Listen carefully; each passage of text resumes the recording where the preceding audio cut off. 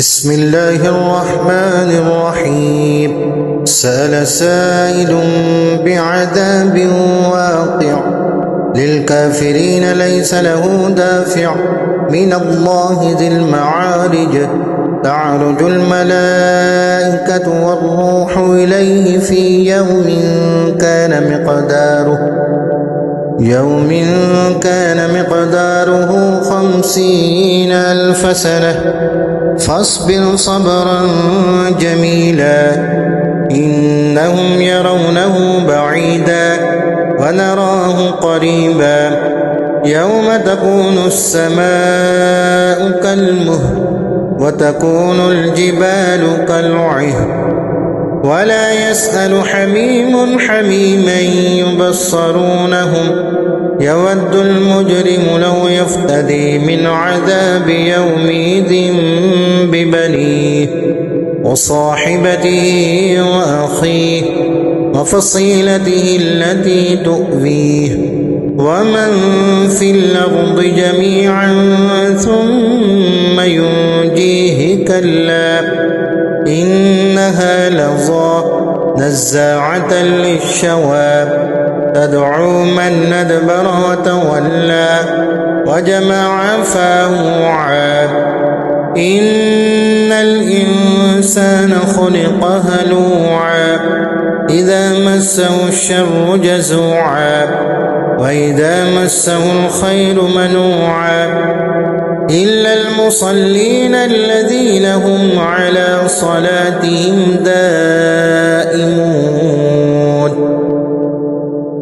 والذين في أموالهم حق معلوم للسائل والمحروم والذين يصدقون بيوم الدين والذين هم من عذاب ربهم مشفقون إن عذاب ربهم غير مأمون والذين هم لفروجهم حافظون إلا على أزواجهم أو ما ملكت أيمانهم فإنهم غير ملومين ومن ابتغى وراء ذلك فأولئك هم العادون والذين هم لأماناتهم وعهدهم راعون والذين هم بشهاداتهم قائمون والذين هم على صلاتهم يحافظون أولئك في جنات مكرمون فما للذين كفروا قبلك مهطعين عن اليمين وعن الشمال عزين أيطمع كل امرئ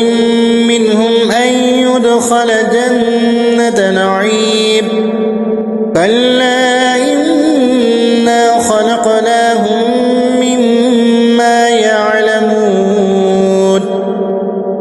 فلا أقسم برب المشارق والمغارب إنا لقادرون على أن نبدل خيرا منهم وما نحن بمسبوقين فذرهم يخوضوا ويلعبوا حتى يلاقوا يومهم الذي يوعدون يوم يخرجون من الأجداث سراعا كأنهم إلى نصب يوفضون خاشعة أبصارهم ترهقهم ذلة ذلك